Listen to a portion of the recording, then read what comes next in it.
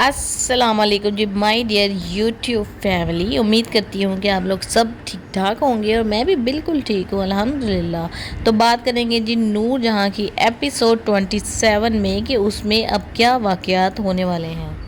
سنبل بہت زیادہ ڈر چکی ہے اس وجہ سے کہ وہ جائے گی کہاں۔ اب ماہا آ گئی ہے، وہ اس کو کک آؤٹ کر دے گی۔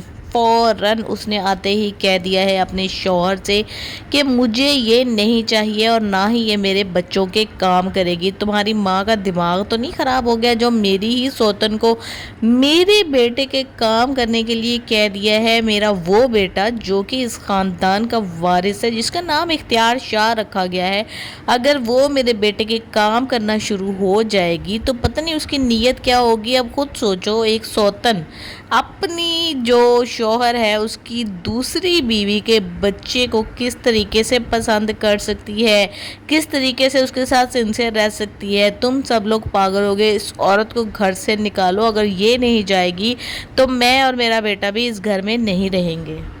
اب سنبل جہاں پہ خواب دیکھ رہی تھی کہ میرا بیٹا ہوگا اور سفینہ کی تو بیٹی ہو جائے گی اور سب سے زیادہ اہمیت مجھے گھر میں ملے گی، تو اس بیچاری کے ساتھ کیا ہوا؟ الٹا ہی ہو گیا۔ ماہا بیٹا لے کر گھر آ گئی اور اس کو ابھی تک کوئی پریگننسی کی نام و نشان بھی نہیں ہے۔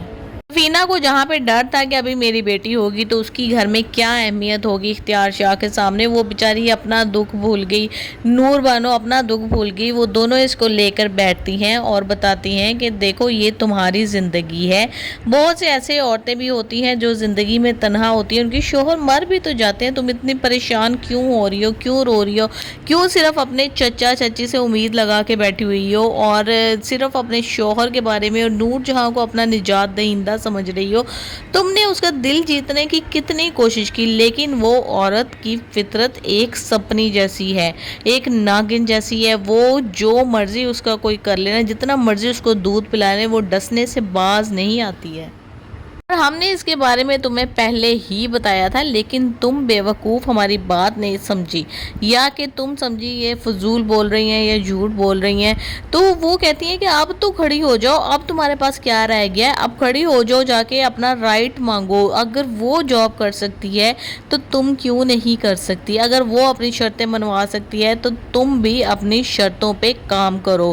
پھر وہ جاتی ہے جی نور جہاں کے پاس جائے گی، نور جہاں کہے گی تم جاب کرو گی، تم اپنی باتیں میرے سے منواؤ گی، تم 2 کے نوکر کی بیٹی ہو اور تمہاری حیثیت ہی کیا ہے میری نظر میں؟ ویسے بھی سفیر کی جو بیوی ہے وہ اس کے بیٹے کی ماں بن چکی ہے، اب وہی اس کی اصل بیوی ہے۔ اور تم یہ سوچنا بھی مت کہ تمہیں اس گھر میں کوئی پوزیشن مل جائے گی، کوئی جگہ مل جائے گی۔ اگر تمہیں رہنا ہے تو میری شرطوں کے مطابق ہی رہنا ہوگا، ورنہ تم اس گھر سے جا سکتی ہو، دروازے تمہارے لیے کھلے ہیں، اور دوبارہ اس گھر کے اندر انٹر مت ہونا اگر یہاں سے ایک دفعہ قدم نکالا تو سنبل کہے گی کہ یہ گھر میرے لیے کسی قید خانے سے کم نہیں ہے، کسی جیل سے کم نہیں ہے، اور میں یہاں پہ کسی بھی قیمت پر نہیں رہنا چاہتی، میں یہاں سے نکل جاؤں گی، اللہ وارث ہے میرا۔